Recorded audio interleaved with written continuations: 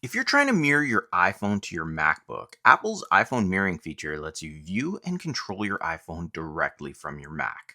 And in today's video, I'm going to show you how to use iPhone mirroring on a Mac in this complete guide. Let's get started. All right, so before we jump into this, we got to make sure everything you have will work with the iPhone's mirroring feature and your Mac. So I've got a MacBook Neo. You need a fairly new Mac. You should be fine. And then we've got the iPhone 17 Pro, but again, fairly new iPhones. And you want to try to have the latest software available. Make sure you have Bluetooth and Wi-Fi enabled on both. So on your iPhone, just pull down Control Center, make sure Wi-Fi and this little Bluetooth icon are blue. Same deal on your Mac, except you're going to come up top here and you'll see your Wi-Fi so you can connect to it, and then your Bluetooth as well in this little control center right there. So make sure it's turned on as well. Once you have these things set up, you want to go down on your MacBook Pro to the apps section, and you just want to type in mirroring. You can see mine is there because I've already used it, but just start typing it in. It'll pop up. And this screen is just giving you a few things here that you can do. So staying up to date, quick access to the iPhone, and no need to reach for your phone. We're going to hit continue so we can continue, and it's going to prompt us, and you'll see on our phone, we need to unlock the phone. So for this, put in your password or use Face ID. When you do this on screen, now you can choose to allow notifications from your phone to appear on your MacBook or not. I'm going to allow them, and then it's ready to use. So hit get started. So now that the mirroring is set up, we just need to unlock our Mac. So use Touch ID if you have a Mac with Touch ID, otherwise enter in the password. It'll begin connecting. And from here, you can choose to have the Mac always ask for that password or Touch ID, or authenticate it automatically when you are logged into your computer. It's totally up to you. I'm going to choose ask every time. And instantly we can see that we have access to our iPhone on our Mac screen. Now, one thing to keep in mind is all controls are going to be done through your trackpad here, or if you have an Apple Magic Mouse or another mouse, but the Magic Mouse and trackpad are your best bets to ensure you get the most compatibility with the device. So I'll be doing my best to show you my movements on the trackpad as you see it on screen, but basically it's the same way you use your iPhone. So let's go over some basic navigation. So 2 fingers here, you can swipe between pages. You can go back and forth. I'm just swiping back and forth like this, and I can go through all the different pages I have on my iPhone. Opening up any application is just as simple. You're just going to use 1 finger this time to drag across your MacBook screen here and then just click on the app. You can then use everything you would normally, adding a new calendar notification or appointment. And to exit the app, you can just go down to the bottom and just give it a wait here. And you'll see that sometimes it'll appear. You can just click that little line. If it doesn't appear and you're in an app, you can always just hover up top and you'll get this little icon here, which will allow you to bring you back to the home screen as well. You can use the keyboard shortcut Command and the number 1 together, just like this, and it'll exit the app, bring you back to your home screen. Now, one thing to keep in mind, do not unlock your iPhone while you're using it on your Mac, or it will exit the mirroring feature on the Mac as well. Now, there is another option up top here. You see this one on the top right. This is actually your app switcher. And if you hover over it, you see the little notification. So this is going to allow you to access all the apps you have open. And again, you can use 2 fingers to swipe between your open apps back and forth. And if you want to exit any of these apps, you just 2 fingers swipe up and it'll exit that app completely and shut it down. You can click on any apps you need if you want to access them just by using 1 finger. And again, if you want to exit, you can just go back home by clicking up there. Now, if you're using the app switcher with a Magic Mouse, it's a 1 finger swipe up to exit those apps. Now, just as you would on an iPhone, if you wanted to move apps around or customize things or your home screen, you do have a press and hold feature. So just press and hold on the screen until you see these things shaking. You can then press with 1 finger and kind of just drag it where you want to organize your apps, or even tap edit up top here to customize if you wanted to change how your apps look and things like that. So very similar to iPhones. Now, where this really does come into play here as a cool feature is the ability to actually move things from one app to the other. So in this case, let's just say I have this downloads section here. I have this photo of myself, an older photo. I can basically drag this over. So I'm going to open my Photos app as you can see, I'm working between both of these devices on the same screen. I can just literally drag this over to my Photos app just like that. It moves it in there. It's not on my library, but if I go to collections here, you see recently saved. There it is right there. And what really makes this useful is when you need to move photos, like your phone is full.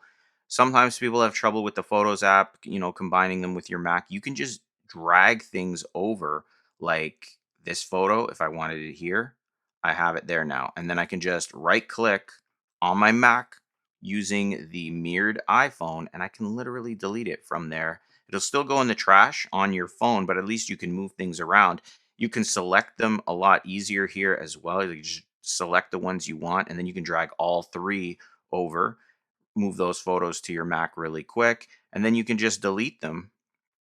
Clicking on this trash, if you don't need it anymore, delete those three videos, and it's great. It just works a lot more seamlessly. And in the same sense, let's say you're working in a note. You could be typing out a note like YouTube ideas, and let's say I needed something from my phone here, photos or whatever app that you can move things around with. Let's say I wanted to add a photo in here. It's just going to be anything I can find that's a photo of, mostly videos. This one, I can drag that right into notes at the same time, and I have that screenshot that I took there as well. So this is really going to prove your productivity, whether you're using notes, reminders, or keynote apps, whatever it might be. This is going to give you the ability to now get things done a little bit quicker. And again, we can go back home here, just clicking at the bottom, and do whatever you would need to do, but you don't have to have your physical phone in your hand kind of doing things. You can just work straight off your Mac and have everything mirrored. Now, anytime you want to get out of the mirroring feature here, again, you can just unlock your iPhone, bring it up, Face ID or your password, where you get this little notification iPhone was used from a Mac. Now, there are a few settings on the actual phone itself. So if you open up settings and you go to general, you scroll down, you'll see the option for AirPlay and continuity. This is where all those sharing features are available. You can see it says right here, this is what was connected to the iPhone mirroring. You can then swipe to delete that record. You can tap edit up here to delete it as well. And now when you try to go back and use the mirroring feature, you'll have to go through this complete process again. Now you can also revoke the access to the phone from your Mac. So you're going to just click on your mirrored iPhone, click on iPhone mirroring, and you can go to settings. In the settings, you can configure where it asks you every time for a password or it just authenticates automatically. You can also change your iPhone, so if you have multiple, or you can revoke the access, which is just like what we did on the iPhone where we removed the record. So now when you try to log back in on the mirroring section, you'll have to set it up all over again. If you just want to quit, you can always click this little X up here. You can unlock your iPhone, or even in this section, iPhone mirroring, you can quit it there as well. Now, another feature here, if we go to the View tab, you can access those options to go home, your app switcher, and Spotlight. Spotlight you can also pull down from your trackpad, just pull down with two fingers. This is your quick search, but you can access it from View as well. But what I want to show you is the ability to make this iPhone screen larger. So I tapped there, View, and I tapped larger. You can set it to actual size or smaller. You can see on this MacBook Neo, this size doesn't really work, but if you had like an external monitor, you'd be able to see it even larger. We'll go to View and hit smaller. So you could even make it a smaller size here and even smaller if you wanted to, just like that. So depending on how your work situation is, you can set it up and then just hit actual size to bring it back to the way it was.